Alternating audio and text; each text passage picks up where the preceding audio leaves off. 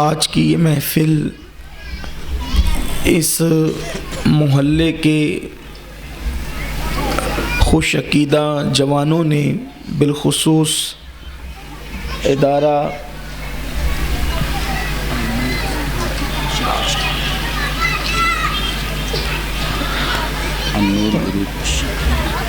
النور گروپ اور بھی دیگر اداروں نے مل جل کر یہ محفل خوبصورت سجائی ہے، اور اس پہ یہ بھی ہمارے لیے مسرتوں کی بات ہے کہ ہماری اس محفل کی صدارت برادر ذی قدر مجاہد اہل سنت خلیفہ انوار المشائخ حافظ ساجد حسین صاحب قبلہ فرما رہے ہیں، اور محلے کی مقتدر ہستیاں بھی یہاں پر جشن غریب نواز میں موجود ہے۔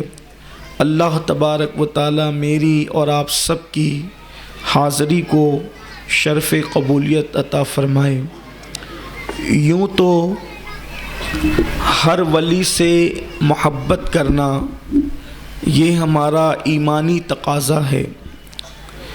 ایمانی تقاضا اس لیے ہے ہر ولی سے محبت کرنا کہ وہ اللہ کے ولی ہیں، اور اللہ کے ولی کی شان آپ لوگوں کو پتہ ہے کہ امام بخاری رحمۃ اللہ تعالی علیہ بخاری شریف میں جو کتاب الزہد ہے اس میں ایک حدیث پاک لائے ہیں، اور وہ حدیث پاک یہ ہے کہ اللہ تعالیٰ ارشاد فرماتا ہے حدیث کی جتنی قسمیں ہیں ان حدیث کی تمام قسموں میں سب سے اعلیٰ قسم کی جو حدیث ہے اس کو حدیث قدسی کہتے ہیں، اور حدیث قدسی اس حدیث کو کہتے ہیں کہ اللہ تبارک و تعالیٰ خود ارشاد فرماتا ہے اور اس کو روایت حضور اکرم صلی اللہ علیہ وآلہ وسلم فرماتے ہیں۔ یہ حدیث قدسی کی شان ہے۔ ویسے تو حضور کے فرمان کو بھی حدیث کہتے ہیں، صحابہ کے اقوال کو بھی حدیث کہتے ہیں، اور تابعین کے اقوال کو بھی حدیث کہتے ہیں۔ جو رسول اللہ کی حدیث ہے اس کو حدیث مرفوع کہتے ہیں، اس کے بعد کا جو طبقہ ہے اسے حدیث موقوف کہتے ہیں، اور پھر اسی طریقے سے آگے پھر اثر اور دیگر درجات اور طبقات آتے ہیں۔ لیکن جو حدیث کی سب سے اعلیٰ قسم ہے، یعنی جب بھی کوئی خطیب یا مدرس آپ کو کہے کہ یہ حدیث قدسی ہے تو اس وقت آپ سمجھ جائیں گے، اس وقت تو کوئی تشریح کرے نہ کرے کہ یہ فرمان خداوندی کو حضور اکرم صلی اللہ علیہ وآلہ وسلم خود روایت فرما رہے ہیں۔ حالانکہ وہ قرآن نہیں ہوتی، لیکن اس کی شان تمام احادیث پر بڑی عرفہ و اعلیٰ ہوتی ہے۔ تو امام بخاری کتاب الزہد میں اس حدیث پاک کو لائے ہیں کہ اللہ رب العزت ارشاد فرماتا ہے کہ اللہ کے نزدیک، یعنی اللہ فرماتا ہے کہ میرے نزدیک فرض سے بڑھ کر میرے قرب کے لیے کوئی اور عمل نہیں ہے، یعنی سب سے فضیلت والا عمل اگر کوئی ہے تو وہ فرائض ہیں۔ بندے کو اللہ کا قرب سب سے زیادہ اگر کسی عمل سے ملتا ہے تو وہ فرائض کی ادائیگی سے ملتا ہے، اور فرائض کے بعد پھر بندہ نوافل کی کثرت کرتا ہے۔ یہ اللہ رب العزت کا فرمان ہے کہ بندہ جب نوافل کی کثرت کرتا ہے، بہت کثرت کے ساتھ وہ نوافل ادا کرتا ہے۔ لیکن یہاں پر جب بھی نوافل کا ذکر آتا ہے تو ہماری عوام کی نظر میں صرف وہ نفل نمازوں کا تصور آتا ہے، حالانکہ یہاں نماز کا ذکر نہیں ہے بلکہ مطلقاً نوافل کا ذکر ہے۔ اب نوافل کی تعریف اتنی کی جا سکتی ہے کہ ہر وہ ثواب کا کام جو مومنوں پر نہ فرض ہے نہ واجب ہے، انسان اللہ کی محبت میں کثرت کے ساتھ کرے۔ اگر یہ جملے آپ کو یاد رہیں گے تو آگے سرکار غریب نواز کی زندگی کو سمجھنے میں آپ کے لیے آسانی ہوگی۔ تو اللہ پاک فرماتا ہے کہ میرا بندہ سب سے زیادہ میرا قرب فرائض کے ذریعے سے پاتا ہے، یعنی فرض کے بغیر بندہ اللہ کا قرب نہیں پا سکتا، اور پھر فرض کے بعد جو درجہ ہے وہ نوافل کا ہے، اور اللہ فرماتا ہے کہ میرا بندہ نوافل کی کثرت کرتا ہے، یہاں تک کہ نوافل کی کثرت کرتے ہوئے اس کی شان یہ ہو جاتی ہے کہ اللہ پاک فرماتا ہے کہ پھر میں اس کی آنکھ بن جاتا ہوں جس سے وہ دیکھا کرتا ہے، میں اس کے کان بن جاتا ہوں جس سے وہ سنا کرتا ہے، میں اس کی زبان بن جاتا ہوں جس سے وہ بولا کرتا ہے، میں اس کے پیر بن جاتا ہوں جس سے وہ چلا کرتا ہے۔ مطلب کیا کہ اللہ تبارک و تعالی اپنی خصوصی طاقت و قوت اور قدرت اس کی آنکھوں کے ذریعے سے ظاہر فرماتا ہے، یعنی عام بندوں کے دیکھنے کی طاقت میں اور ولی کے دیکھنے کی طاقت میں زمین اور آسمان سے زیادہ کا فرق ہوتا ہے۔ عام انسان جو اپنی آنکھوں کی قوت کی بنیاد پر دیکھتا ہے، پھر وہ کبھی گلی کے کونے پر دیکھے یا پھر اس سے بھی کم دیکھے، اور کبھی کبھی تو انسان قریب کبھی نہیں دیکھ سکتا نگاہوں کی کمزوری کی وجہ سے، لیکن قدرت جس کی آنکھوں کے اندر اپنی خاص قدرت کو ودیعت فرما دیتا ہے، اللہ رب العزت اپنی قدرت کا اظہار اس کے ذریعے سے فرماتا ہے، تو پھر وہ دیکھتا وہاں تک ہے جہاں تک کسی کی نظر نہیں جاتی۔ یہ حدیث صحیح ہے، اور حدیث قدسی سب سے اعلیٰ قسم، اور بڑی بات یہ ہے کہ اصح الکتب بعد کتاب اللہ، بخاری شریف کے اندر یہ حدیث پاک موجود ہے۔ اس کے بعد پھر دوسری بات کہ اللہ فرماتا ہے میں اس کے کان بن جاتا ہوں جس سے وہ سنتا ہے، یعنی کہ اب عام انسان جتنا سنتا ہے اس سے بہت زیادہ اللہ کا ولی سنتا ہے۔ پھر اللہ فرماتا ہے میں اس کی زبان بن جاتا ہوں جس سے وہ بولتا ہے، یعنی کہ ہم بولتے ہیں تو کبھی سچ نکلتا ہے، کبھی جھوٹ بھی نکل سکتا ہے، ہم کوئی پیشین گوئی کریں کبھی سچی ثابت ہوتی ہے، کبھی جھوٹی بھی ثابت ہوتی ہے، لیکن اللہ کے ولی کی زبان سے جو بات نکل جاتی ہے پھر وہ کبھی جھوٹی ثابت نہیں ہوتی، انہوں نے جو کہہ دیا وہ ہو کر کے رہتا ہے۔ اللہ رب العزت اپنی طاقت اور قدرت کا اظہار اس ولی کی زبان سے فرماتا ہے، اللہ وہ قوت ودیعت فرماتا ہے اس زبان کے اندر، اور اس کو کہتے ہیں گویا کہ اللہ اپنا رنگ اپنے بندے پر چڑھا دیتا ہے، اللہ اپنا رنگ اپنے بندے پر چڑھا دیتا ہے، اور قرآن اس مضمون کو یوں بیان فرماتا ہے صبغۃ اللہ ومن احسن من اللہ صبغہ، کہ اللہ کے رنگ میں رنگ جاؤ، اور اللہ کے رنگ سے بہتر کس کا رنگ ہو سکتا ہے؟ سب سے بہترین رنگ اللہ کا رنگ ہے۔ تو اور پھر اس کے بعد آگے حدیث مبارکہ کا جو خاص ٹکڑا ہے جو ہم سے اکثر چھوٹ جاتا ہے وہ یہ ہے کہ اللہ تبارک و تعالی ارشاد فرماتا ہے کہ مجھے کسی کام کے کرنے میں تردد نہیں ہوتا۔ یہ بات ہم ادب کے لحاظ سے اللہ کے لیے نہیں کہہ سکتے، یہ حدیث میں اللہ فرماتا ہے ترددی، کہ مجھے کسی کام کے کرنے میں تردد نہیں ہوتا سوائے ایک کام کے، جب میں ایک کام کرنے لگتا ہوں تو ترددی مجھے تردد ہوتا ہے، کسی کام کے کرنے میں تردد نہیں ہوتا، صرف ایک کام کے کرنے میں اللہ فرماتا ہے مجھے تردد ہوتا ہے۔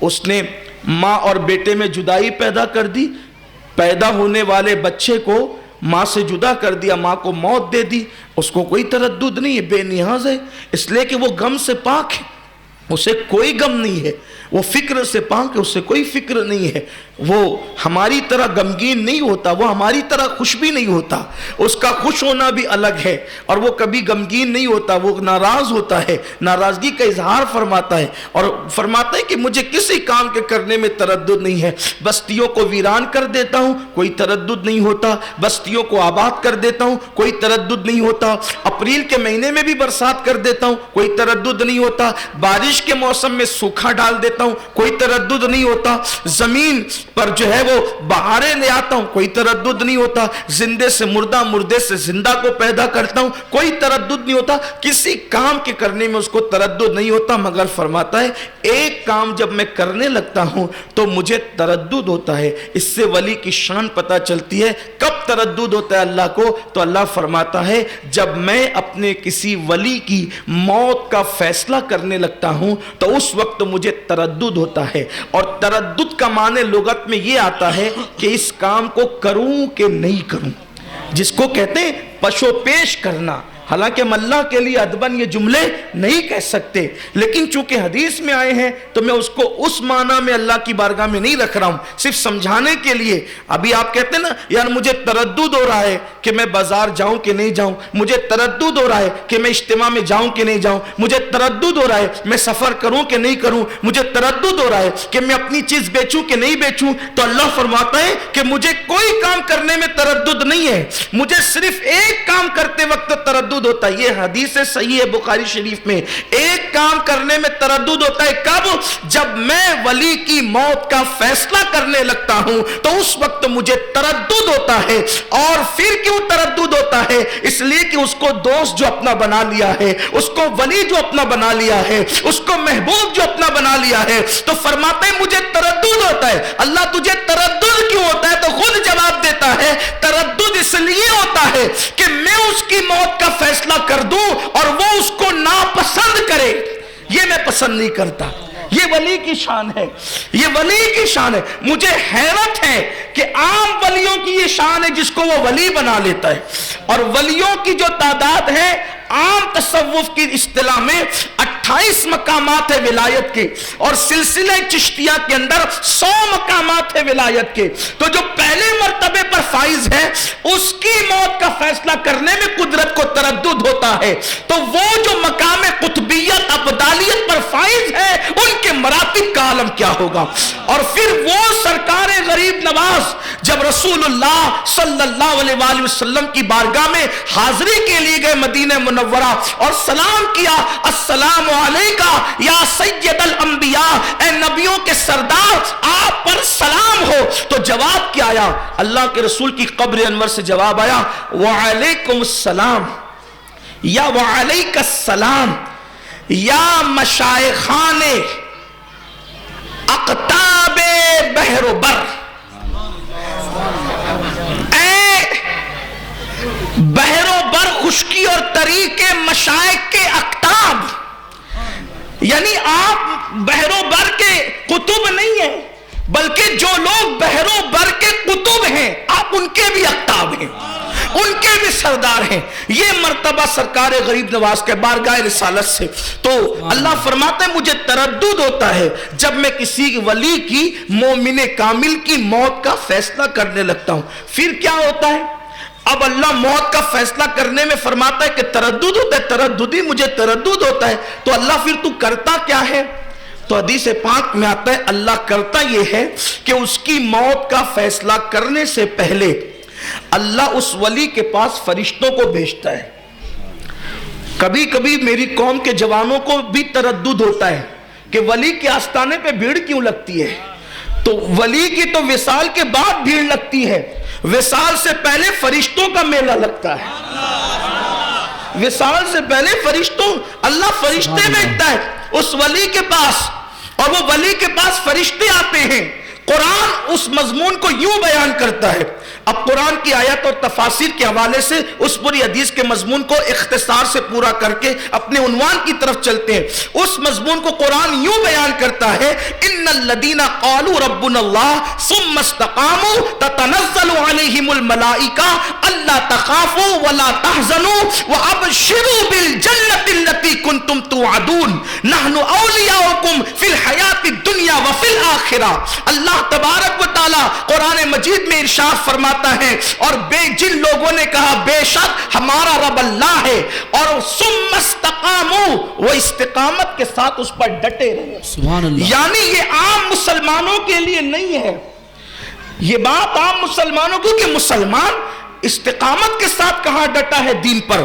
ہم تو سودے کے لیے جھوٹ بھی بولتے ہیں، ہم تو دو کوڑی کے لیے لوگوں کو دھوکہ بھی دیتے ہیں، راتوں رات مالدار بننے کے چکر میں سٹے کا کاروبار بھی لوگ کرتے ہیں، جوے کا کاروبار بھی لوگ کرتے ہیں، لوگ سود بھی کھاتے ہیں، حرام کاروبار بھی کرتے ہیں۔ اللہ اکبر، لوگ حلال و حرام میں تمیز نہیں کرتے۔ ثم استقاموا کا مطلب یہ ہے کہ باب مخالف کتنی تیز چلے وہ قتل ہونا تو گوارا کرتا ہے مگر جھوٹ بولنا گوارا نہیں کرتا، وہ قیدی ہونا تو گوارا کرتا ہے مگر زنا کرنا گوارا نہیں کرتا، وہ پیٹ پہ پتھر باندھنا تو گوارا کرتا ہے مگر حرام لقمہ حلق کے نیچے اتارنا گوارا نہیں کرتا. اللہ اکبر. وہ جان دینا گوارا تو کر سکتا ہے لیکن دین سے ایک بال کے کروڑویں حصے کے برابر بھی ہٹنے کو پسند نہیں کرتا. اس کو کہتے ہیں استقامت فی الدین. اور یہ استقامت فی الدین وہ منزل ہے. ہمارے بزرگوں نے کہا الاستقامت فوق الکرامہ کہ کرامتوں پر استقامت کا درجہ بڑا ہوا کرتا ہے. یعنی ہزاروں کرامتیں اس منزل پر نہیں لے جا سکتی. استقامت جس مقام پر لے کر کے جاتی ہے دین پر استقامت فی الدین جس مقام پر لے جاتی ہے تو اللہ فرماتا ہے کہ جنہوں نے کہا بے شک ہمارا رب اللہ ہے اور اس پر وہ ڈٹ گئے, اللہ فرماتا ہے تتنزل علیہم الملائکہ, پھر ان کے پاس اللہ کے فرشتوں کی جماعت آتی ہے. یہ ملائکہ جو ہے عربی میں یہ جمع کا صیغہ ہے اور عربی میں جمع پہلے واحد پھر تثنیہ پھر جمع قلت پھر جمع کثرت. تو یہ جمع قلت کا بھی صیغہ نہیں ہے اس لیے کہ جمع قلت یہ عربی زبان کی وسعت ہے اور زبانوں کے اندر واحد اور جمع باقی بات ختم ہے. لیکن عربی زبان میں واحد کے بعد تثنیہ, تثنیہ کے بعد جمع قلت کے بعد جمع کثرت. یعنی جب واحد مطلب ایک, تثنیہ مطلب دو اور جمع قلت مطلب دو سے زائد اور 10 سے کم, اس کو کہتے ہیں جمع قلت. اور پھر جمع کثرت یعنی اب حد ختم ہو گئی, کتنے بھی بے شمار.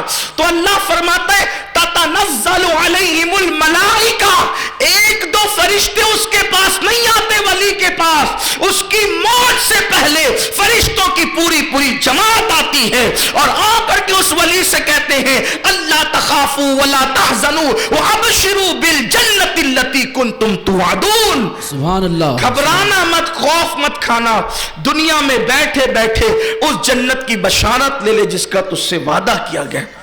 جنت کی نعمتوں کا ذکر ہوتا ہے, مطلب اللہ کی جنت میں تو جائے گا, یار کا دیدار کرے گا, خدا کے جلوے دیکھے گا, وصل کی لذتیں حاصل کرے گا, خدا سے کلام کا شرف حاصل کرے گا. وہ ساری نعمتیں فرشتے گنواتے رہتے ہیں. تو وہ ولی جو اب تک کے خدا کو بے دیکھے اللہ کی عبادت کر رہا تھا, جب وہ جنت کی نعمتوں کا ذکر سنتا ہے, خدا کے وصل کے پیالوں کو پینے کی بات سنتا ہے, خدا کے تقرب کی بات سنتا ہے, خدا کو بے حجاب دیکھنے کی بات سنتا ہے, تو وہ خود بے چین ہو کر حالت شوق میں کہتا ہے فرشتوں یہ جو یار کا ذکر کر رہے ہو تو یہ ملے گا کب؟ تب فرشتے کہتے ہیں جب تم موت کی لذت کو چکھو گے اس وقت تمہیں یہ مرتبہ نصیب ہوگا. تو تب وہ ولی پھر خود کہتا ہے فرشتوں دیر کس بات کی ہے, پھر ذرا جلدی کرو. پہلے ولی موت کے لیے شوق کرتا ہے, ادھر اللہ اس کی موت کا فیصلہ فرماتا ہے. سبحان اللہ. یہ مقام ولایت ہے. یعنی کہ جب تک ولی دنیا سے جانا نہ چاہے اس وقت تک قدرت بھی اس کی موت کا فیصلہ نہیں کرتی. یہ مقام ولایت ہے. اور یہ میں نے آپ کے سامنے بخاری شریف کی حدیث شرح کے ساتھ اور تفاسیر کی مدد سے پیش کیا. تو اللہ کے ولیوں سے محبت ہمارے لیے اسلامی فریضہ ہے. اور پھر ولی سے محبت کرنے والا بھی خدا کا محبوب بنتا ہے. جو اللہ کے دوست سے محبت کرتا ہے اللہ اس کو اپنا دوست بنا لیتا ہے. اللہ اس کو اپنا. اور جو ولی سے دشمنی کرے, یہ بھی بخاری شریف کی حدیث ہے, اللہ فرماتا ہے کہ جو میرے ولی سے دشمنی کرے, اللہ فرماتا ہے من عاد ولیا فقد آذنتہ بالحرب, جو میرے ولی سے دشمنی اور بغض رکھتا ہے میں اس کے ساتھ اعلان جنگ کرتا ہوں. ولی سے محبت کرو تو خدا کے محبوب ہو جاؤ گے, اور اگر ولی سے دشمنی کرو گے تو اللہ اعلان جنگ کرتا ہے. اب بتائیں جو قوم محلے کے کارپوریٹر اور پہلوانوں سے نہیں جیت سکتی, کیا وہ قوم اللہ سے جنگ کرنے کی طاقت رکھتی ہے؟ امت مسلمہ کے بارے میں یہ جو لوگ کہتے ہیں کہ مولانا یہ قوم کچلتی کیوں ہے, یہ قوم پھسلتی کیوں ہے, مسلم بستیوں سے دھواں کیوں اٹھ رہا ہے, مسلم بستیاں بے گورو کفن تڑپ کیوں رہی ہے, یہ سسکتی ہوئی قوم کیوں ہے, یہ خدا کی رحمت کی طلبگار امت خدا کی رحمت سے محروم کیوں کر دی گئی ہے؟ کہیں اس کی ایک وجہ یہ تو نہیں کہ دلوں کے اندر ولیوں سے عداوت ہو گئی، ہیروں سے محبت ہو گئی، ولیوں سے عداوت ہو گئی، دنیا داروں سے محبت ہو گئی، ولیوں سے عداوت ہو گئی۔ اچھی طرح یاد رکھنا کہ ولی جو ہوتا ہے نا، ولی کبھی کبھی دل میں شیطان یہ خیال پیدا کرتا ہے کہ ولی کے آستانے پہ جا کر ملتا کیا ہے؟ لوگ کیوں جاتے ہیں؟ مسجدوں میں بھی تو جانا چاہیے، اور بے شک مسجد میں جانا چاہیے۔ ہمارے کسی ولی کا آستانہ مسجد سے ہٹ کر نہیں ہے۔ غریب نواز کا آستانہ 3 مسجدوں میں گھرا ہوا ہے، سبحان اللہ۔ مخدوم سمنا کا آستانہ کئی مسجدوں میں گھرا ہوا ہے، بابا قطب کا آستانہ مسجد سے لگا ہوا ہے، نظام الدین محبوب الہی کا آستانہ مسجد سے لگا ہوا ہے، غوث پاک کا آستانہ مسجد سے لگا ہوا ہے۔ ہمارے آستانے سب مسجد سے لگے ہوئے۔ حد تو یہ ہے کہ اللہ کے رسول بھی جو آرام کر رہے ہیں وہ مسجد سے لگے ہوئے حجرے میں آرام کر رہے ہیں۔ مسجد سے ہمارا تعلق اتنا قریب ہے، مسجد کے بغیر تو آستانوں پہ جانا قبول ہو بھی نہیں سکتا۔ لیکن بات اتنی ہے کہ کبھی کبھی ذہن میں یہ سوال پیدا ہوتا ہے کہ بھئی ولی کے آستانے میں جا کے ملتا کیا اللہ ہمارے لیے کافی نہیں ہے؟ اللہ تو سب کچھ دیتا ہے۔ تو آئیے اس پہ بھی بخاری شریف کی اور سیاہ سے ایک حدیث پیش کریں۔ اس کو آپ نے کئی بار سنی ہوگی، لیکن پھر اس کو آپ میرے عنوان کے تحت سنیں تو آپ کو سمجھ میں آئے گا، اس لیے کہ یہ حدیث پاک کا معجزہ ہے۔ یہ حدیث پاک کا معجزہ ہے۔ حدیث کو آپ جس اینگل سے اسٹڈی کریں گے آپ کو حدیث میں وہ عنوان ملے گا۔ یہ میرا چیلنج ہے، یہ مصطفیٰ جان رحمت کے کلام مبارکہ کا اعجاز ہے۔ مجھے حیرت ہے کہ جب غالب اور اقبال کی شاعری میں اتنے معنی نکل سکتے ہیں تو حضور تو افصح العرب ہے، فصحا عرب کے بڑے بڑے، تیرے آگے یوں ہے دبے لچے، کوئی جانے منہ میں زبان نہیں بلکہ جسم میں جان نہیں۔ سبحان اللہ، نعرہ تکبیر۔ غلاموں کے کلام میں اتنے معنی ہو سکتے ہیں تو آقا صلی اللہ علیہ وآلہ وسلم جو صاحب قرآن صاحب لسان ہیں ان کے کلام میں کتنا معنی ہوں گے؟ تو یہ بھی صحیح کی حدیث ہے۔ حدیث پاک کا مفہوم یہ ہے، ایک بندہ تھا بنی اسرائیل میں، یہ حدیث حضور خود بیان کریں، یہ حدیث مرفوع ہے، اللہ کے رسول علیہ السلام خود بیان فرما رہے۔ آقا فرماتے بنی اسرائیل میں ایک شخص تھا، اس نے 99 لوگوں کا قتل کیا۔ 99 لوگوں کا قتل کرنے کے بعد اس کے دل میں بات آئی کہ میں توبہ کروں اور اپنے گناہ سے معافی مانگوں، اللہ کی بارگاہ میں رجوع کروں، توبہ کروں، اللہ سے معافی طلب کروں۔ تو وہ پوچھنے کے لیے کسی بندے کے پاس گیا اور پہنچنے کے بعد کہا کہ میں نے 99 قتل کیے ہیں 99 لوگوں کو۔ اور قتل کیا ہے؟ قتل یہ ہے کہ کسی نے اگر ایک انسان کو بے گناہ قتل کیا تو گویا اس نے سارے انسانوں کو قتل کیا۔ ایک انسان کا قتل سارے انسانوں کے قتل کے برابر ہے، اور ایک انسان کو زندگی دینا پوری انسانیت کو زندگی دینے کے برابر ہے۔ یہ قرآن کا اعلان ہے۔ تو اس نے 99 لوگوں کو قتل کیا اور پہنچا ایک صاحب کے پاس، صاحب علم کے پاس، کہا کہ میں نے 99 قتل کیے، کیا میری توبہ قبول ہے؟ تو علم والوں میں 2 کوالٹی کے لوگ ہیں، ایک وہ جن کے پاس صرف علم ہے اور دوسرے وہ جن کے پاس علم کے ساتھ ساتھ فیضان علم بھی موجود ہے۔ تو جن کے پاس صرف علم ہے، جیسے شیطان کے پاس صرف علم تھا، کہنے والے نے کہا علم انسان کو انسان بنا دیتا ہے، علم بے مایا کو سلطان بنا دیتا ہے، علم اللہ جسے دے اسے ایمان بھی دے، ورنہ یہ وہ ہے جو شیطان بنا دیتا ہے۔ تو علم صرف ہوتا ہے، فیضان علم نہیں ہوتا۔ اب آپ کہیں گے یہ فیضان علم کہاں سے آتا ہے؟ یہی اصل بات ہے، علم مدرسوں سے ملتا ہے، اور جب علم والا خانقاہوں سے جڑ جاتا ہے تو اس کو علم کے ساتھ فیضان علم بھی نصیب ہو جاتا ہے۔ سبحان اللہ۔ اب خانقاہ کسے کہتے ہیں؟ کسی 4 دیواری کا نام خانقاہ نہیں ہوتا، بلکہ کسی شیخ طریقت کا وجود اگر درخت کے نیچے بیٹھ جائے تو وہ درخت بھی خانقاہ بن جاتا ہے۔ جیسا کہ عارف رومی نے کہا مولوی ہرگز نشد مولائے روم تا غلام شمس تبریزی نشد، جب تک کہ کسی مولوی کو شمس تبریز جیسے کی غلامی نصیب نہیں ہوتی اس وقت تک کوئی مولوی مولائے روم بن ہی نہیں سکتا۔ اس کا مطلب یہ ہے کہ اب مسئلہ اس سے پوچھنا چاہیے جس کے اوپر کوئی شمس تبریز موجود۔ اگر شمس تبریز اوپر نہیں ہے تو پھر وہ تو مسئلے پیدا کرے گا، مسئلہ حل نہیں کرے گا، مسئلے پیدا کرے۔ امت میں جو مسئلے پیدا ہو رہے ہیں اسی لیے ہو رہے ہیں کہ اوپر کوئی شمع تبریز نہیں ہے۔ الحمدللہ ہمارے اہل سنت میں بڑے بڑے علم والے علم سیکھتے ہیں، لیکن پھر کسی شمع تبریز کی تلاش کرتے ہیں۔ خود دیکھیں امام اعظم ابو حنیفہ 100 مرتبہ خدا کا دیدار کیا ہے خواب میں، ان سے بڑا علم والا ان کے دور میں نظر نہیں آتا، لیکن مرید ہونے کے لیے امام زین العابدین کے صاحبزادے حضرت زید ابن علی کے پاس گئے اور ان سے مرید ہوئے۔ سبحان اللہ۔ یہ امام اعظم ابو حنیفہ مرید کس کے؟ حضرت زید شہید کے، امام باقر کے بھائی کے مرید ہے، چھوٹے بھائی کے، امام جعفر صادق کے چچا کے مرید ہے۔ تو یعنی اوپر کوئی شمع تبریز، بلکہ شمع تبریز کیا، وہاں تو جانے شمس ہے، واہ واہ سبحان شمع اللہ۔ تبریز وہاں کی غلامی کرتے ہیں۔ پھر اسی طریقے سے ایک سلسلہ ہے، حضرت امام احمد ابن حنبل رضی اللہ تبارک و تعالیٰ عنہ، وہ بھی حضرت سیدنا امام علی رضا کی جوتیاں سیدھی کیا کرتے تھے۔ دیکھو اسی طرح سے اور ایک طویل سلسلہ ہے، اگر اس کی مثالیں دی جائے تو اصل عنوان سے ہم بہت دور جائیں گے، لیکن اتنا آپ کو بات ضرور سمجھ میں آئے گی کہ کتابیں بندے کو ولی نہیں بناتی، کتابیں بندے کو اہل علم بناتی ہے، اور کسی اہل دل کی صحبت اس کو مقام ولایت تک پہنچاتی ہے۔ کتابوں سے ولایت نہیں ملتی، ولایت کسی صاحب دل کی جوتیاں سیدھی کرنے کی وجہ سے نصیب ہوتی ہے۔ تو اللہ اکبر، وہ پہنچا ایک ایسے بندے کے پاس جہاں پر وہاں علم تھا لیکن فیضان علم نہیں تھا۔ تو کہا کہ میں نے 99 قتل کیے، کیا میں بخشا جاؤں گا اگر توبہ کر لوں؟ اور کہا اپنا منہ دیکھ، 99 قتل کرنے کے بعد بھی کوئی بخشا جا سکتا ہے، تیری توبہ قبول نہیں ہے، تیری توبہ قبول نہیں ہے۔ وہ بندہ تھا سرفرا، اسی لیے تو 99 قتل کیے تھے۔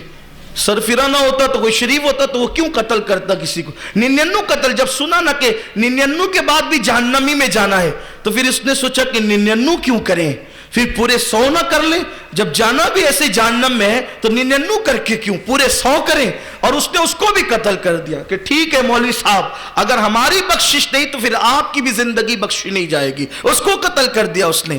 لیکن پھر چلا تھا، کوئی اہل اللہ میں سے مل گیا، اس نے کہا کہ میں نے 100 قتل کیے ہیں، اگر میں توبہ کروں تو کیا بخشا جا سکتا ہوں؟ یہ بات کون بیان کر رہا ہے؟ میرے حضور بیان کر رہے ہیں، سید الانبیاء بیان کرے صحابہ کی محفل میں۔ اس نے کہا 100 قتل کیے ہیں، کیا میں بخشا جاؤں اگر توبہ کروں تو؟ اس بندے نے کہا کیوں نہیں، کیوں نہیں، بے شک تو بخشا جا سکتا ہے، شرط اتنی سی ہے، یہاں قریب میں ولیوں کی بستی ہے، ان کی بستی میں جا کے توبہ کر، ان کے آستانے کے قریب جا کر، اللہ تجھے بخش دے گا، کیونکہ پھر وہ تجھے نہ دیکھے گا۔ ان رحمت اللہ قریب من المحسنین، بے شک اللہ کی رحمت محسنوں کے یعنی ولیوں کے قریب ہے۔ جب کوئی ولیوں کے قریب جاتا ہے تو پھر اس کو نہیں دیکھا جاتا، ولیوں کے صدقے اس کو بھی بخش دیا جاتا ہے۔ سبحان اللہ۔ وہاں جا خدا کا کرنا، وہ نکلا کہاں کے لیے؟ کہاں کے لیے؟ ولیوں کی چوکھٹ کے لیے۔ چند ہی قدم چلا تھا کہ زندگی نے وفا نہ کی اور اس کا انتقال ہو گیا۔ آستانہ ولایت پر پہنچنے سے پہلے اس کو موت آ گئی۔ آپ کی توجہ ہے تو بہت خوبصورت بات ہے، حضور کی تو ہر بات ہی خوبصورت ہے۔ اس نے چند قدم بڑھائے تھے اللہ والوں کی طرف چلنے کے لیے، اور اس کی زندگی نے وفا نہ کی، اسے موت آ گئی۔ موت آئی، حدیث کے الفاظ ہے کہ رحمت کے فرشتے بھی آ گئے اور عذاب کے فرشتے بھی آ گئے، اور دونوں نے کہا ہم لے جائیں گے اور ہم لے جائیں گے۔ حالانکہ کبھی ایسا نہیں ہوتا، کیونکہ فرشتے اپنی مرضی سے نہیں آتے، وہ تو خدا کی مرضی سے آتے ہیں، اور اللہ کی طرف سے کبھی بھول نہیں ہوتی، اللہ کی طرف سے کبھی بھول نہیں ہوتی، وہ بھولنے سے پاک ہے۔ لیکن وہاں بھیجا دونوں کو تاکہ لوگوں کو پتہ چل جائے کہ دونوں کو بھیجنے میں حکمت کیا تھی۔ دیکھو دونوں کو اگر ایسے ہی بخش دیتا تو پھر یہ میری تقریر کا عنوان کب بنتا ہے؟ سیاہ ستہ کا عنوان یہ کب بنتا؟ اللہ کی حکمت دیکھو، دونوں کو بھیجا، دونوں میں گفتگو بھی، انہوں نے کہا ہم، انہوں نے کہا ہم، دونوں نے کہا دلیل پیش کی، ہم اس لیے لے جائیں گے کہ 100 قتل کیا تھا، انہوں نے کہا ہم اس لیے لے جائیں گے کہ اللہ والوں کی بستی کی طرف توبہ کی نیت سے جا رہا تھا۔ اس کو اکثر لوگ توبہ کے باب میں بیان کرتے ہیں، لیکن توبہ کی اہمیت اپنی جگہ. اصل جو باب ہے وہ اب شروع ہوتا ہے. اصل جو باب ہے، اصل جو عنوان ہے وہ اب شروع ہوتا ہے. یہ مقدمہ قدرت کی بارگاہ میں پیش ہوا، اللہ کی بارگاہ میں. مولا تو ہی بتا کرے کیا، کہ یہ کہتے ہیں ہم اور یہ کہتے ہیں ہم کیا کریں. تو اللہ نے یہ نہیں کہا کہ تو یا تو نہیں، یہ بھی نہیں. پھر یہ بھی نہیں کہا کہ بندو انما الاعمال بالنیات، کہ اعمال کا دار و مدار نیتوں پر ہے. توبہ کے لیے چلا تھا، ٹھیک ہے معاف کر دیا. اب وہاں توبہ کا عنوان ہی ختم ہے، توبہ کا عنوان ختم ہو گیا. وہاں پر اللہ نے ارشاد فرمایا، چاہے جبریل کے ذریعے یا ڈائریکٹ، اللہ کی مراد اللہ جانے. اللہ نے ارشاد فرمایا، اے فرشتوں، یہ جو میرا بندہ انتقال کر گیا ہے، اس کے گھر سے اس کا جسم ناپو، اس کے گھر سے اس کی بستی سے اس کا جسم ناپو، اور اس کے جسم سے ولیوں کا آستانہ ناپو. اگر یہ آستانے ولایت کے قریب ہے تو اس کو جنت میں لے جاؤ، اور یہ اپنے گھر کے قریب ہے تو اسے جہنم میں لے جاؤ. پتا چلا آستانے ولایت کی اہمیت کتنی ہے. سبحان گھر اللہ. ان کا بھی تھا، گھر اس کا بھی تھا. ولیوں کے قریب رہنے والے کو قدرت کہہ رہی ہے جنت میں لے جاؤ. یہ صحیح سیاہ ستہ کی صحیح حدیث ہے. اور پھر چند قدم چلا تھا، ابھی تو پہنچا بھی نہیں تھا، قریب بھی نہیں ہوا تھا. قدرت کو پیار کتنا آتا ہے ولی کے یہاں جانے والوں سے. اسی لیے شیطان ولی کے یہاں جانے نہیں دیتا، کیونکہ جانتا ہے جب تم ولی کے یہاں جاؤ گے تو اس کی پوری محنت پہ پانی پھر جائے گا، جنتی نہ ہو جاؤ گے. تو اس لیے وہ جانے نہیں دیتا، وسوسے ڈالتا ہے. یار وہ زندہ ہے کہ مردہ ہے، ابھی تو مٹی ڈالی تھی، 800 سال ہو گئے، ہڈیاں بھی پگھل گئی ہوگی. ہم جائیں گے تو سنے گا کہ نہیں سنے گا، بولیں گے تو سنے گا کہ نہیں سنے گا. میں عرض کرنا چاہتا ہوں کہ ہمارے مالیگاؤں کی قبرستان میں سینکڑوں سال پرانی قبریں ہیں، لیکن ہم جاتے ہیں تو بلا کسی تخصیص کے سلام بھی کرتے ہیں اور ہر مردے سے بات بھی کرتے ہیں. سلام کا عنوان تو آپ نے بار بار سنا ہوگا. انہیں تسلیاں بھی دیتے ہیں. کیا کہتے ہیں؟ السلام علیکم یا اہل القبور، اے قبر والو تمہیں سلام ہو. اسی میں بس نہیں کرتے، ان کے لیے دعا بھی کرتے ہیں مخاطب ہو کر، یغفر اللہ لنا ولکم، اللہ تمہیں بھی بخشے اور ہمیں بھی بخشے. پھر ان کو تسلی بھی دیتے ہیں. کیا کہتے ہیں؟ کیا تسلی دیتے ہیں؟ کہتے ہیں وَأَنْتُمْ سَلَفُونَ وَنَحْنُ بِالْعَصْرِ، تم پہلے آ گئے، انشاءاللہ ہم تمہارے بعد آنے والے ہیں. یہ کلام کس سے کر رہے ہیں؟ جنات سے، فرشتوں سے، پریوں سے؟ کس سے کر رہے ہیں یہ کلام؟ آپ کس سے کر رہے ہیں؟ مردوں سے. اور کس سے کر رہے ہیں؟ جو قریب کی قبر ہے اس سے کر رہے ہیں، یا جو کونے میں قبر ہے اس سے کر رہے ہیں؟ کس سے کر رہے ہیں؟ یہ یہاں والا بھی سن رہا ہے، وہاں والا بھی سن رہا ہے. جس کے انتقال کو 1 دن ہوا وہ بھی سن رہا ہے، جس کے انتقال کو 1000 دن ہوا وہ بھی سن رہا ہے. اور وہ بھی سن رہا ہے جو جھوٹ بولتا تھا، وہ بھی سن رہا ہے جو شراب پیتا تھا، وہ بھی سن رہا ہے جو چغلی کرتا تھا. ارے جب پاپی تیری آواز سن سکتے ہیں تو جنہوں نے پوری زندگی خدا کی عبادت میں گزاری ہے، کیا وہ لوگ نہیں سن سکتے؟ سبحان اللہ، سبحان اللہ. کیا بات ہے بھائی. آپ دعا پر تو کبھی توجہ کریں. اور بات آسانی سے سمجھ میں آ جائے جی، اور بات آسانی سے سمجھ میں آ جائے گی. دیکھیے ایک حدیث پاک کو سب بیان کرتے ہیں. میں سمجھتا ہوں کہ کوئی نیک دل مقرر ایسا نہیں ہوگا جس نے اس حدیث کو بیان نہ کیا ہو. سب بیان. حدیث کیا ہے؟ جو شخص فجر کی نماز چھوڑتا ہے ظہر تک اس کو قبر میں سانپ ڈستے ہیں. صحیح بار بار سنا آپ نے، مجھ سے تو کئی بار سنا ہوگا. میں تو جہاں جاتا ہوں لوگوں کو کہتا ہوں نماز پڑھو. میرے پاس جو بھی آتا ہے کہتا ہے مجھے نیک بننا ہے، میں پہلا مشورہ دیتا ہوں نماز پڑھو، کیونکہ میرا ایمان ہے ان الصلاۃ تنہا عن الفحشاء والمنکر. جو نمازی بنتا ہے وہ نیک بن ہی جاتا ہے. آج نہیں کل نیک تو بننا ہی اس نے. نماز نہیں پڑھتا، حدیث ہے، سب اس پہ متفق ہے. حتیٰ کہ جو ہماری سیاح کو نہیں مانتے، سیاہ ستہ کو، روافظ، وہ بھی اس حدیث کو پڑھتے ہیں. کیا ہے کہ جو فجر نہیں پڑھا ظہر تک اس کو سانپ ڈستے ہیں، ظہر نہیں پڑھا عصر تک ڈستے ہیں، عصر نہیں پڑھا مغرب تک، مغرب نہیں پڑھا عشاء تک، عشاء نہیں پڑھا فجر تک. یہ سلسلہ کب تک چلتا رہے؟ 24 گھنٹہ ڈسنے کا سانپ کے، قیامت تک. بے نمازی کو کب تک سانپ ڈستے رہیں گے؟ کب تک؟ قیامت تک اس کو ڈستے رہیں گے سانپ.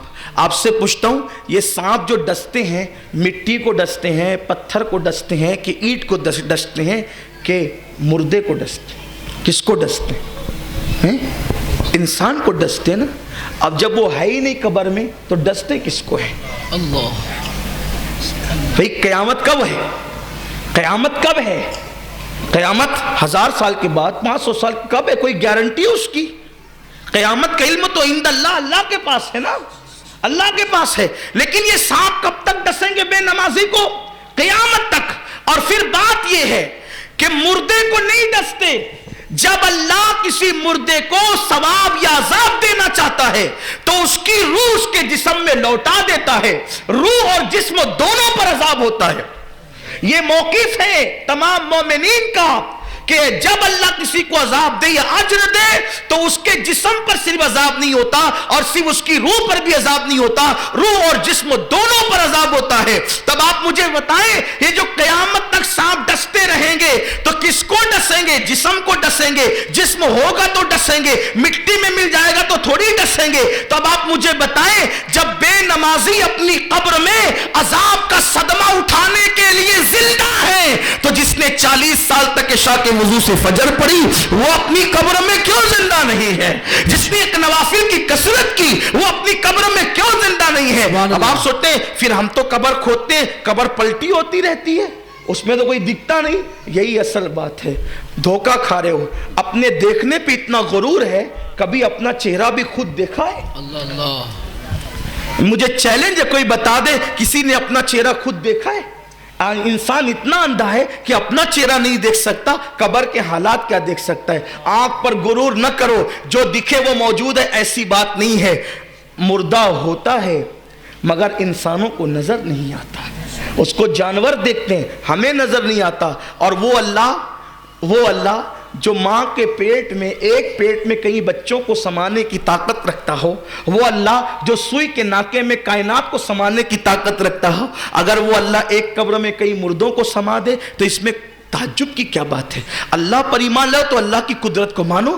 آپ نہیں دیکھتے, دیکھو یہ اتنا بڑا درخت ہے, یہ درخت نکلا کہاں سے؟ ایک گٹلی سے نکلا, ایک گٹلی سے. تو گٹلی کے اندر درخت تھا کہ نہیں تھا؟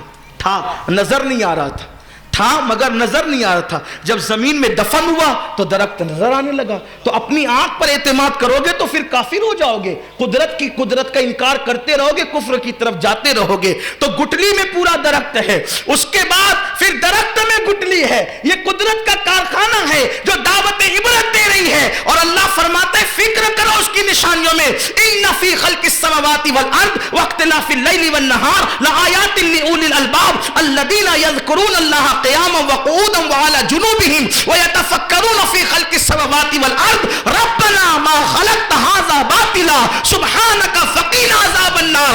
اللہ کے یہاں ذکر سے بڑا درجہ فکر کا ہے. 70 سال تک ذکر کر کے وہ ثواب نہیں ملتا جو اللہ کی قدرت میں ایک لمحہ فکر کرنے سے ملا کرتا ہے. سبحان اللہ. تو اب پتہ چلا قبر میں بے نمازی جب موجود ہے تو اللہ کا ولی کیوں نہیں ہے؟ تو بہرحال یہ ہوا, اللہ نے فرمایا یہ اس کا جسم ناپو, زمین ناپو اس کے جسم سے گھر تک اور اللہ والوں کے آستانے تک. پھر کیا ہوا؟ اللہ کو ولیوں کے یہاں جانا اس کا اتنا پیار آ گیا کہ اللہ نے زمین کو حکم دیا, اے زمین سمٹ, اے زمین سمٹ اور میرے بندے کو میرے ولیوں کے آستانے سے قریب کر دے. سبحان اللہ. زمین سمٹی اور وہ ولیوں کے آستانے سے قریب نکلا. اللہ نے اس کو جنت عطا کی. حدیث نے اشارہ دیا ولی کے یہاں جانے سے جنت ملا کرتی ہے. جب ولی کے آستانے کے قریب جانے سے جنت مل جاتی ہے تو دنیا کی کون سی نعمت نہیں مل سکتی. مگر بات اتنی ہے کہ ولی کے یہاں جانے والا ولی کے مشن کا پابند ہو, ولی کے نظریات کا پابند ہو, ولی کے عقائد کا پابند ہو, اور ولی کے یہاں اعتقاد کی بنیاد پہ جا رہا ہو, بد اعتقادی کی بنیاد پہ نہیں جا رہا ہو. اب بات شروع کرتے ہیں یہاں سے. جس ولی کے یا جن اولیاء کے آستانے کے قریب ہونے کی بنیاد پر اس بندے کو جنت ملی وہ اولیاء بنی اسرائیل تھے. جب اولیاء بنی اسرائیل کی فضیلت کا یہ عالم ہے کہ جو ان کی طرف چند قدم چلے تو اسے جنت ملتی ہے, تو اولیاء امت محمدیہ کے مرتبے کا عالم کیا ہوگا؟ جب اولیاء امت محمدیہ کا مرتبہ یہ ہے تو پھر وہ صرف امت محمدیہ کا ولی نہ ہو بلکہ حضور کی اولاد بھی ہو اور مقام ولایت پر بھی ہو. پھر ان آقاؤں کے آستانے پر جانے سے مرتبے کیا نصیب ہوں گے. انہی میں ایک ذات سلطان الہند عطائے رسول سرکار غریب نواز کی ذات ہے. سبحان اللہ. یہ ہمارے سرکار غریب نواز رضی اللہ تعالیٰ, یہ غریب نواز بچپن سے غریب نواز ہے. یہ غریب نواز بچپن سے غریب نواز ہے. اور شان یہ ہے غریب نواز کی کہ سبحان اللہ کہ ان کا پورا خاندان ہی غریب نواز ہے، سبحان اللہ، نبی کا پورا گھرانہ ہی غریب نواز ہے۔ آؤ در زہرا پر پھیلائے ہوئے دامن، نسلیں ہیں کریموں کی لجپال گھرانہ ہے۔ اس خاندان سے کبھی کوئی مایوس نہیں جاتا۔ حضور غریب نواز کا بچپن ان کی امی خود بیان کرتی ہیں، فرماتی ہیں کہ جب وہ میرے پیٹ میں تھے تو میرے پیٹ سے اللہ کے ذکر کی آوازیں آیا کرتی، سبحان اللہ، اور جب وہ پیدا ہوئے اور پیدا ہونے کے بعد 4 یا 5 سال کی عمر کے ہوئے تو اس عمر سے ان کا معمول یہ تھا کہ وہ محلے کے غریب بچوں کو جمع کرتے تھے، اور غریب بچوں کو جمع کرنے کے بعد مجھ سے آ کر کہتے امی ذرا اچھے سے کھانے پکاؤ، تو میں اچھے کھانے پکاتی، تو پھر وہ دسترخوان لگا کر غریبوں کے بچوں کو بٹھاتے، اور جب غریبوں کے بچے کھانا کھاتے تو غریب نواز ماں سے لپٹ کر کہتے ماں جب غریب کھانا کھاتا ہے تو دل کو کتنا سکون ملتا ہے۔ سبحان اللہ، سبحان اللہ، بچپن میں شان غریب نوازی، غریب نوازی کہتے ہیں غریب کو نوازنے والا۔ بچپن میں اور اپنے نانا کی سنت پہ عمل کتنا تھا۔ دیکھو آپ کو ایک واقعہ یاد ہوگا، بڑا خوبصورت سا واقعہ بتاؤں گا تو وقت چلا جائے گا، لیکن غریب نواز بیان کرنا اس لیے صرف اشارہ دوں گا، واقعہ پورا نہیں بتاؤں گا۔ ایک واقعہ آپ نے سنا ہے، بار بار سنا ہے کہ اللہ کے رسول علیہ السلام ایک مرتبہ حسنین کریمین کو اپنے کندھوں پہ بٹھا کر کے عیدگاہ کی طرف لے جا رہے تھے، ساتھ ساتھ مولائے کائنات بھی تھے۔ واقعہ سنا ہے آپ نے، بار بار سنا ہوگا، صرف اشارہ دے رہا ہوں، جنہوں نے نہیں سنا اشاروں میں پھر تفصیل میں کئی بیان کیا۔ حضور جانے اپنے دونوں نواسوں کو کندھوں پہ بٹھا کر جب آقا عیدگاہ کے قریب جاتے ہیں، دیکھا کہ ایک درخت کے نیچے کئی بچے ہیں جو دف بجا کر عید کے گیت گا رہے، عید کا دن تھا، خوشیوں کے گیت گا رہے تھے۔ ایک لڑکا وہاں روتے ہوئے کھڑا ہوا تھا۔ میرے آقا کی یہ عادت ہے کہ اللہ کے نبی صلی اللہ علیہ وآلہ وسلم کبھی کسی کی آنکھ میں آنسو نہیں دیکھ سکتے، میرے نبی کبھی کسی کی آنکھ میں آنسو نہیں دیکھ سکے۔ وہ انہیں بڑا اللہ نے رحم والا دل عطا کیا تھا، رحمت للعالمین ہے، انہیں بڑا رحم والا دل ہے، کبھی کسی کی تکلیف نہیں دیکھ سکتے تھے، کبھی کسی کی مشقت نہیں دیکھ سکتے تھے۔ میرے بھائیوں بچے تو بچے ہیں، مومن تو مومن ہیں، ایمان والے تو ایمان والے ہیں۔ بدر میں جو کافر حضور اکرم صلی اللہ علیہ وآلہ وسلم کے خلاف حضور کو معاذ اللہ قتل کرنے کی نیت سے آئے تھے، حضور کے صحابہ کو قتل کرنے کی نیت سے آئے تھے، ان میں سے 70 کافر قتل ہوئے تھے اور 70 کافر قیدی بنے تھے، تو ان قیدیوں کو رسی سے باندھ کر مسجد نبوی کے صحن میں ڈال دیا گیا تھا۔ اس وقت میرے آقا بستر پہ لیٹے تھے، لیٹے چونکہ آپ جانتے ہیں جب کسی کو رسی سے باندھا جاتا ہے تو شروع میں اتنا درد نہیں ہوتا، دھیرے دھیرے ہاتھ ادھر ادھر ہوتے ہیں تو درد بڑھتا جاتا ہے۔ تو وہ رسی سے بندھے تھے تو وہ کراہتے تھے، آہ آہ آہ کرتے تھے۔ اللہ کے حبیب اپنی جھجرے میں لیٹے ہوئے تھے، سرکار اٹھ کر کے کہتے بلال تم کہاں ہو؟ بلال نے کہا لبیک یا رسول اللہ۔ آقا فرماتے بلال ان کی رسیاں ڈھیلی کر دو، مجھے ان کی کراہنے نے سونے نہیں دیا، اس لیے کہ ان کی کراہیں مجھ سے دیکھی نہیں جاتی۔ کچھ بھی ہیں اللہ کے بندے تو ہیں، کچھ بھی ہیں۔ دیکھو دشمنوں کی کراہیں حضور کی نیند اڑا دیتی ہے، توجہ کریں، دشمنوں کی کراہیں حضور کی نیند اڑا دیتی ہے۔ جب دشمنوں کی کراہیں حضور کی نیند اڑا دیتی ہے تو غلاموں کی کراہیں حضور اکرم صلی اللہ علیہ وآلہ وسلم کو چین سے کیسے رہنے دے سکتی ہے؟ اے غلامان مصطفیٰ، آپ کو گھبرانے کی ضرورت نہیں، حالات سے ڈرنے کی ضرورت نہیں، آپ کو فکر مند ہونے کی ضرورت نہیں۔ وہ اور قومیں ہیں جو بے سہارا ہیں، امت مسلمہ کبھی بے سہارا نہ تھی، نہ ہے اور نہ ہو سکتی ہے۔ ہمارا نبی رحمت للعالمین ہے، یہ جو ہے ہمارے گناہوں کی سزا ہے۔ اگر آج بھی ہم توبہ کر کے اپنے نبی سے قریب ہو جائیں تو انشاءاللہ جب بدر کے قیدیوں کے حالات بدل سکتے ہیں تو ہمارے بھی حالات بدلے جا سکتے ہیں۔ جب ان کی کراہنے سے ان کے حالات پر نظر کرم ہو سکتی ہے، ہمارے حالات پر بھی ہو سکتی ہے، لیکن حضور کے قریب آنے کی ضرورت ہے۔ مگر اس قوم کو کون سمجھائے؟ قوم کا حال یہ ہے، حالات بگڑتے اور بگڑتے ہی جا رہے ہیں۔ لیکن جیسے فلم پہلے دیکھتے تھے ابھی بھی دیکھ رہے، پہلے جیسے جوا کھیلتے تھے ابھی بھی کھیل رہے، جیسے سٹے میں پہلے تھے ابھی ابھی بھی ہے، ہیرو کے اسٹائل میں جیسے کٹنگ بنوا رہے تھے ابھی بھی بنوا رہے ہیں، جیسے کرکٹر کے انداز میں کمر مٹکا کے چل رہے تھے ابھی بھی چل رہے ہیں، جیسے فجر میں سوتے پہلے پڑے رہتے تھے ابھی بھی پڑے ہیں۔ مسلمانوں سوچو تو صحیح، جس قوم پر قیامت آتی ہے اس قوم کی نیندیں اڑ جاتی ہے، وہ قوم خدا کی بارگاہ میں رونے اور گڑ گڑانے لگتی ہے۔ ہمیں کیا ہو گیا ہے؟ ہمیں کیا ہو گیا ہے؟ آپ جانتے ہیں قوم یونس کو نے جب اللہ کی سرکشی کی، اللہ کے ساتھ بغاوت کی، تو یونس علیہ السلام اس قوم سے ناراض ہو کر نکل کر چلے گئے یہ کہہ کر کہ تم پہ اللہ کا عذاب آئے گا۔ جب یونس علیہ السلام چلے گئے قوم کو یقین ہو گیا اللہ کا پیغمبر بستی سے نکل گیا ہے، اب ضرور ضرور عذاب آئے گا، تو وہ توبہ کرنے رونے پیٹنے لگے وہ، اور اللہ کی بارگاہ میں رجوع کرنے لگے۔ اللہ نے حضرت یونس کو بستی میں واپس کروا دیا کہ چونکہ وہ توبہ کر چکے ہیں اس لیے ان پہ عذاب نہیں آئے گا۔ آپ غور فرمائیں، توبہ کی برکت یہ، رجوع کی برکت یہ، گڑ گڑانے کی برکت یہ ہے۔ لیکن میری قوم کو کون بیدار کرے؟ ہماری قوم کو کون ہوشیار کرے؟ ہم آیات کریمہ کا ورد بھی کر رہے ہیں، ہم درود خوانی بھی کر رہے ہیں، قرآن خوانی بھی کر رہے ہیں، ہم مسجدوں میں استغفار کی رسمی محفلیں بھی سجا رہے ہیں، لیکن ہم نہیں بدلتے۔ جب تک ہم نہیں بدلیں گے حالات نے نہیں بدلنا ہے، پہلے اپنے آپ کو بدلنا ہوگا۔ مسلمان جھوٹ میں اتنا ماہر ہو گیا ہے کہ استغفر اللہ، اب وہ جھوٹ بولنے کو گناہ بھی نہیں سمجھتا۔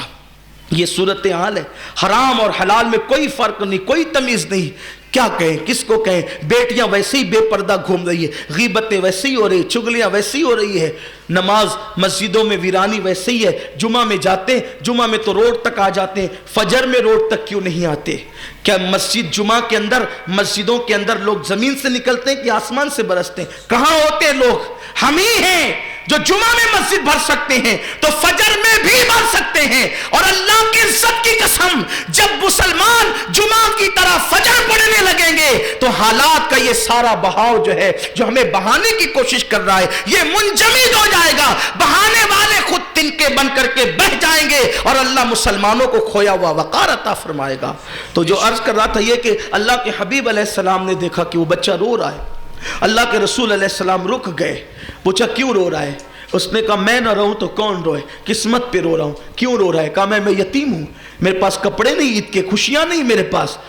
سرکار نے مولا کائنات سے کہا علی شہزادوں کو لے کے تم جاؤ، اور حضور واپس لوٹ گئے، عیدگاہ سے واپس لوٹ گئے اس بچے کو لے کر، اس کے لیے کپڑوں کا انتظام کیا، اس کے لیے نہلانے دھلانے کا انتظام کیا، کپڑے نئے پہنوا کر کے سرکار نے اس سے کہا بچے اب تو خوش ہے؟ سرکار نے کہا بچے اب تو خوش ہے؟ اس بچہ تھا، بول پڑا حضور کے یہاں، آقا نئے کپڑے بازار سے خریدے جا سکتے ہیں، کیا ماں باپ بھی مارکیٹ سے مل سکتے ہیں؟ اب کریم آقا کا دریائے رحمت جوش میں آیا، میرے نبی نے فرمایا کیا تو اس پر خوش نہیں کہ تیرے مرحوم باپ کی جگہ محمد تیرے باپ ہوں اور تیری مرحومہ ماں کی جگہ عائشہ تیری امی ہو؟ سبحان اللہ۔ اب اس نے کہا اس سے بڑی سعادت اور کیا؟ سبحان اللہ، سبحان اللہ۔ اب تک یہ سوچ رہا تھا کہ میں یتیم کیوں ہوں، اور اب یہ سوچ رہا ہوں اللہ کا شکر ہے کہ یتیم ہوں، اس لیے کہ یتیم ہوں تو محمد عربی جیسا باپ مل گیا اور عائشہ جیسی ماں مل گئی۔ حضور نے اس یتیم کو کندھے پہ بٹھایا، لائے۔ اب جو بچے دف بجا کے خوشیوں کے گیت گا رہے تھے انہوں نے دفیں پھینک دی، وہ رونے لگے۔ سرکار نے کہا تم کیوں رو رہے ہو؟ انہوں نے عرض کیا آقا وہ اس لیے رو رہا تھا کہ وہ یتیم کیوں ہے، ہم اس لیے رو رہے ہیں کہ ہم یتیم کیوں نہیں ہیں، اگر ہم بھی یتیم ہوتے تو یہ اعزاز ہمیں بھی نصیب ہوتا۔ سبحان اللہ۔ یہ حضور کی سنت ہے۔ حضرت غریب نواز ننھی سی عمر ہے، 6 سال کی، صرف 6 سال کی عمر ہے، اپنے ابا سید غیاث الدین حسینی علیہ رحمہ کے ساتھ عیدگاہ جا رہے ہیں، دیکھا ایک نابینا لڑکا کھڑا ہوا رو رہا ہے، اس کے قریب جا کے پوچھتے بھائی تم کیوں رو رہے ہو؟ اس نے کہا مجھے نئے کپڑے نہیں ہیں۔ اسی وقت غریب نواز نے اپنے نئے کپڑے اتار کر کے اس کو دے دیا، سبحان اللہ، اور اس کو نئے کپڑے پہنا دیے۔ دیکھو اللہ کے رسول صلی اللہ علیہ وسلم کی سنت کا کتنا خیال ہے، بچپنے میں غریب نوازی کا یہ حال ہے۔ آئیے گفتگو سمیٹتے ہوئے ایک بات اور عرض کروں، سرکار غریب نواز کی تعلیمات میں ہمیں چند چیزیں بہت زیادہ ملتی ہے۔ ایک، حاجت مندوں کی مدد۔ غریب نواز فرماتے ہیں، غریب نواز کا قول ہے، ان کے ملفوظات میں آپ کا فرمان ہے، سمیٹ لوں ہاں، ہمیں وقت پہ گفتگو ختم کرنا ہے، بس ٹائم کے اندر گفتگو ختم ہو جائے گی انشاءاللہ۔ ایک بات عرض کر کے بات مکمل کرتا ہوں۔ غریب نواز فرماتے ہیں اگر جہنم سے بچنا ہے تو حاجت مندوں کی حاجت پوری کرو، ایک۔ دوسرا، بھوکوں کو کھانا کھلاؤ، فرمایا بھوکوں کو کھانا کھلاؤ اور لوگوں کا دل خوش کرو۔ یہ تعلیمات آپ کے ملفوظات کی تقریباً میرے خیال سے 60 صفحات کی کم و بیش کتاب ہے جو بابا قطب الدین بختیار کاکی نے لکھی ہے، اس میں جگہ جگہ اس پہ زور دیا گیا ہے، بھوکوں کو کھانا کھلانا، کمزوروں کا دل خوش کرنا، حاجت مندوں کی حاجت کو پوری کرنا۔ اب ہم اس کو تو نیکی سمجھتے ہی نہیں۔ حضور غریب نواز فرماتے ہیں، میں نے اپنے پیر و مرشد سے سنا، شاید کسی کے دل میں بات اتر جائے تو وہ جنتی ہو جائے، اللہ کرے اس پہ عمل کر کے۔ توجہ کریں کتنی خاص بات ہے، شاید میں بھی اس کو پہلی مرتبہ کسی تقریر میں آپ کے سامنے پیش کر رہا ہوں۔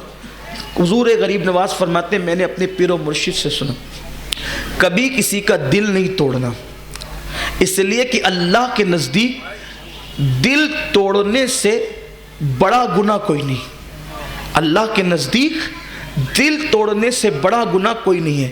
پھر غریب نواز فرماتے ہیں، میرے پیر و مرشد خواجہ عثمان ہارونی نے بیان فرمایا کہ میں نے حدیث میں لکھا دیکھا کہ مومن کے سینے میں دل ہے، مومن کے سینے میں دل ہے تو سینے سے لے کے دل تک 80 پردے ہیں، 80 پردے، اور ہر پردے پر ایک فرشتہ کھڑا ہوا ہے۔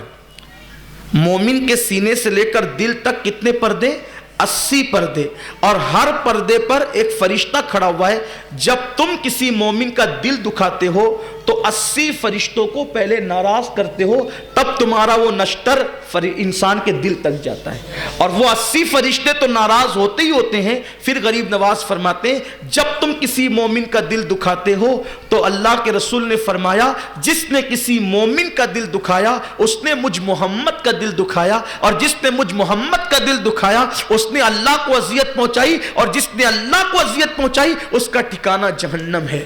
اب ایک دن میں کتنی مرتبہ ہم لوگوں کے دل توڑتے ہیں، اس کو دیکھ لیں، بیوی کا، بچوں کا، پڑوسیوں کا، بھائیوں کا، بلکہ لوگوں سے ملتے ہی دل توڑنے کے لیے، جب بھی ملتے ہیں نیا زخم لگا دیتے ہیں۔ یہ حال ہے۔ میں تو یہ کہتا ہوں کہ اگر مسلمانوں کو نماز کا عذاب نہیں بھی ملے، روزے کا عذاب چھوڑنے کا عذاب نہیں بھی ملے، دوسرے گناہوں کا عذاب نہیں بھی ملے، مسلمانوں کے لیے تو جہنم میں جانے کے لیے اتنا ہی کافی ہوگا کہ انہوں نے کتنوں کے دل توڑے ہوں۔ جو کسی مومن کا دل توڑے اللہ اس کی نیکیاں نہیں دیکھے گا، اس کو بے حساب جہنم میں داخل فرمائے گا۔ 80 پردے ہیں مومن کے دل کے قریب، اور ہر پردے پہ فرشتہ کھڑا ہے، تو اتنے پہرے دار جب قدرت نے مقرر کیے ہیں تو وہ دل کی کوئی تو اہمیت ہوگی۔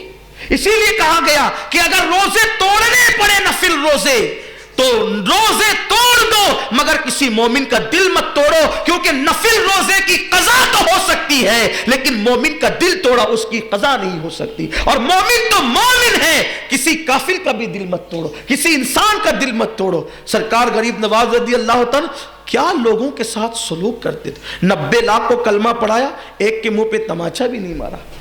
کیسے کلمہ پڑھایا بھائی؟ نیا ملک، نئے لوگ، نیا مذہب، جب لوگ آتے تھے، یہاں کے جو مذہبی رہنما تھے، پرانے مذہب کے نام نہیں لوگ آپ جانتے، تو حالت یہ تھی، یہاں کا حال یہ تھا، دودھ پتھروں پہ بہایا جاتا تھا، گھی جو ہے جلایا جاتا تھا پتھروں کے سامنے، اور پیشاب پیا جاتا تھا۔ یہ اخلاقی حال تھا اس قوم کا، ہندوستان کی قوم کا۔ دودھ بہاتے تھے، گھی جلاتے تھے، پیشاب کو غذا بناتے تھے، یہ حالت تھی۔ غریب نواز آئے تو بھونچال آ گیا۔ مناظرے کے لیے لوگ آتے، دور دور سے آتے، اللہ ایک کیسے ہیں، نبی محمد رسول کیسے ہیں، یہ دین اسلام کیا ہے، مناظرہ کرو، مناظرہ کرو۔ غریب نواز ان سے کہتے، بابا بہت دور سے آئے ہو، تھک کر کے آئے ہو، مناظرہ بعد میں کر لیں گے، آپ کو بھوک لگی ہے، جاؤ پہلے ہمارے لنگر سے کھانا کھاؤ، آرام کرو، پھر جب پر طبیعت کو سکون ملے تب آنا، پھر ہم تم سے بات کریں گے۔ یہ اخلاق دیکھ کر وہ مناظرہ بھول جاتے اور آنے والا اسلام میں داخل ہو جاتا۔ یہ اخلاق تھا غریب نواز کا۔ ایک کسان حضور غریب نواز کی بارگاہ میں آئے، اور آنے کے بعد کہنے لگا کہ حضور، دلی کے بادشاہ نے اپنے سپاہیوں کے ذریعے سے میرے کھیت پر ٹیکس زیادہ لگا دیا، اور میں نے سنا ہے کہ وہ آپ کے مرید کا مرید ہے، اگر آپ سفارش کر دیں گے میرا کام بن جائے گا۔ آج کل اگر کوئی حاجت لے کے ہمارے پاس آئے سچ بولنا مسلمانوں، ہم ولیوں کی بات بہت کرتے ہیں، ولیوں کا دامن نہیں چھوڑیں گے، لیکن ولیوں کی تعلیمات جتنا ہم نے چھوڑا ہے شاید ہی کوئی چھوڑ سکتا ہے۔ ہمارے پاس کوئی آتا ہے، ارے چھوڑو یار ابھی کہاں ملیں گے، ملنے کے لیے بھی ٹائم نہیں ہے۔ کوئی مر جائے جنازے میں شرکت کے لیے ٹائم نہیں، کوئی بیمار پڑے بیمار کی عیادت کے لیے ٹائم نہیں۔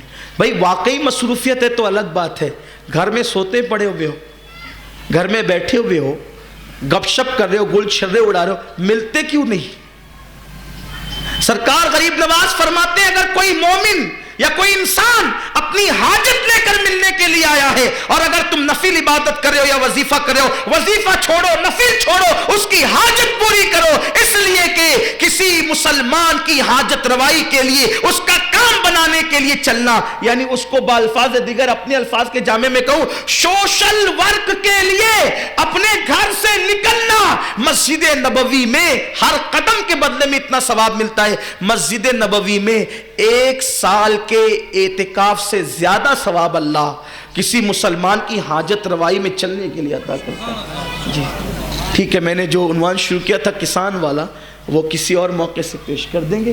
کل انشاءاللہ کل بھی محفل ہے 14 نمبر اسکول کے اندر، چلیں کل اسی پر گفتگو کر لیں گے، سرکار غریب نواز اور سوشل ایکٹیویٹیز انشاءاللہ، یعنی سماجی کام اور حضور غریب نواز۔